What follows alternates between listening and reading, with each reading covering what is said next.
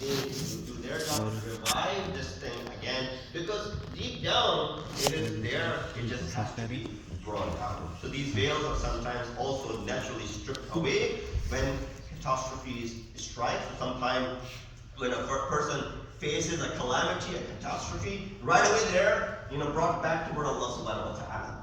Now they're very godly. Someone within our own, that's within our Islamic culture, there's someone who did not really practice, was not brought up practicing, but this one catastrophe happens in their life, and right away they're drawn back to where the religion. They're drawn back to where Allah subhanahu wa ta'ala. So sometimes all it takes is a catastrophe, but of course, as man realizes that he should not rely on worldly things, at the same time of absolute desperation, that inner sense of knowing Allah automatically arises. You just gotta go ahead and present these arguments. Therefore, we find an atheist asked our sixth Imam, Imam Ja'far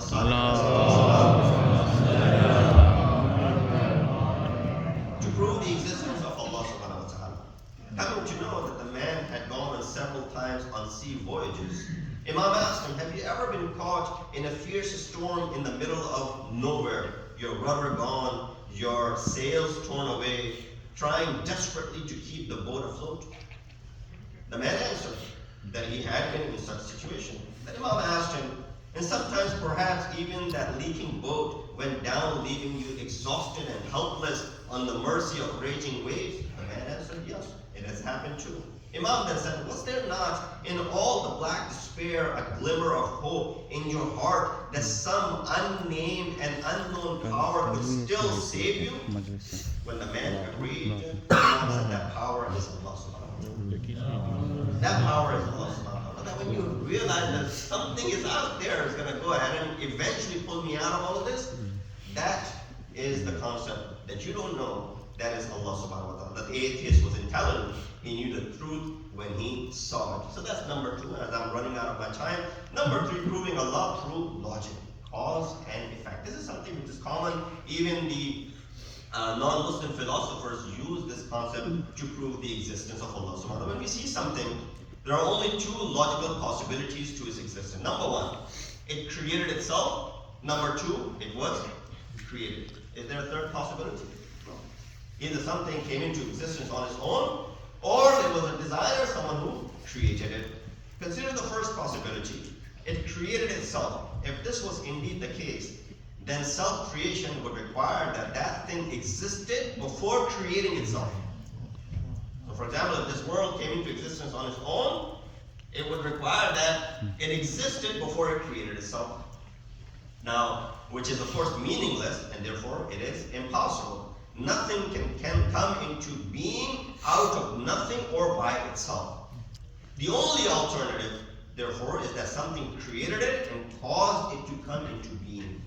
So therefore, this universe that exists, you can't just blame it on nature. This nature, who created this nature as well. Therefore, anything that has a beginning has a cause. If I'm standing in front of you, there must be a cause why I'm standing over here. Now, the words that are being recited to you, there must be a cause behind these words. A book that you hold in your hand, there must be a cause behind this book that you have. It didn't come into existence on its own. Therefore, anything that has a beginning has a cause. Something that brought it into being. If we expand on this argument to the universe, then we say that since the universe has a beginning, it must also have a cause. Something caused this universe to come into existence.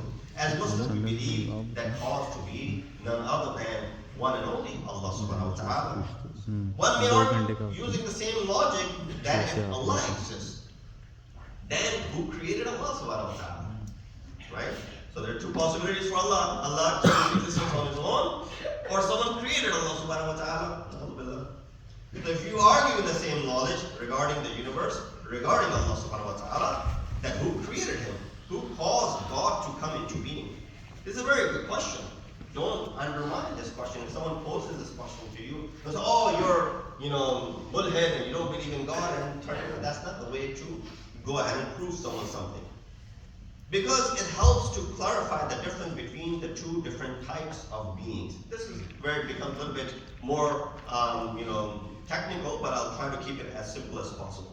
the self-sufficient or necessary being. Kind of like that when children are born, they're in need. They cannot do things by themselves. They are constantly required to be fed. They're constantly required to be taken care of. They're constantly required to be looked after. If you leave an infant by itself, God forbid, that the doomsday for the child. Child will not survive. As opposed to a grown man or woman, they don't need to be looked after by someone else. They can survive on their own with the skills that they have, the ability that they have, and they'll be able to do so. In fact, animals, even the children animals, they too in the beginning require this nurturing from their parents until of course they're old enough to be by themselves. So this is where you understand the concept of self-sufficient or necessary being and the dependent. Everything that we see in the world is dependent because it depends on some other being for its existence. You and I came into existence because there was some cause that was behind it. This masjid came into existence because there was a cause behind it. That road came into existence because there was a cause behind it. This city was formulated because there was a cause behind it. This country, and so on and so forth. This observation leads us to one very important awareness. There must be a necessary being. One very important awareness is that there must be a necessary being on whom everything depends. Otherwise, we end up with an infinite regress. Our universe needs a creator, and if that creator is dependent too, then it needs a creator as well. And this chain will not stop until it reaches that necessary being. So, who created you? My parents created me. Who created them? Their parents created them. Who created them? And this will be continuous chain until you get to Hazrat Adam ﷺ. Who created Hazrat Adam ﷺ? His parents created Hazrat Adam ﷺ. Who created them? And you'll continue going in this chain which will never end. It has to end somewhere, and that end is something which is considered to be that necessary being, or in other words, known as wajibul wujud in Arabic. Should not have the qualities of dependent beings, should not be someone who is dependent on someone else in his existence, like bound to time or space or having special or physical features. It cannot accept limitations of any type. The very fact that things exist shows that there must have been a first cause, or better put, an uncaused cause. I don't know if that makes sense. An uncaused cause. This must be an eternal, and timeless being, as Quran points out this logic in chapter 52, Surah Tur, ayat number 35. Am khuliqu min ghayri shay'in, am humul khaliqun, or were they created by nothing, or we are the creators of everything. Of course, this is something which I wanted, especially for the youngsters living in this day and age where there's this concept of atheism which is spreading, and not just the atheism, but concept of believing in no God, concept of believing that nature is the cause of everything, and something which is spreading and is there in our schools, and is there in our literature, now being propagated from the pulpits as well. We need to rewind back how our Anbiya were able to awaken this hidden conscious of human beings that was sleeping and was in slumber. Similar is the duty of us as the ambassadors of those Anbiya to be able to awaken all of those things. We ask Allah subhanahu wa ta'ala to give us the tawfiq and ability to keep our faith strong as far as the belief in one and only God is concerned.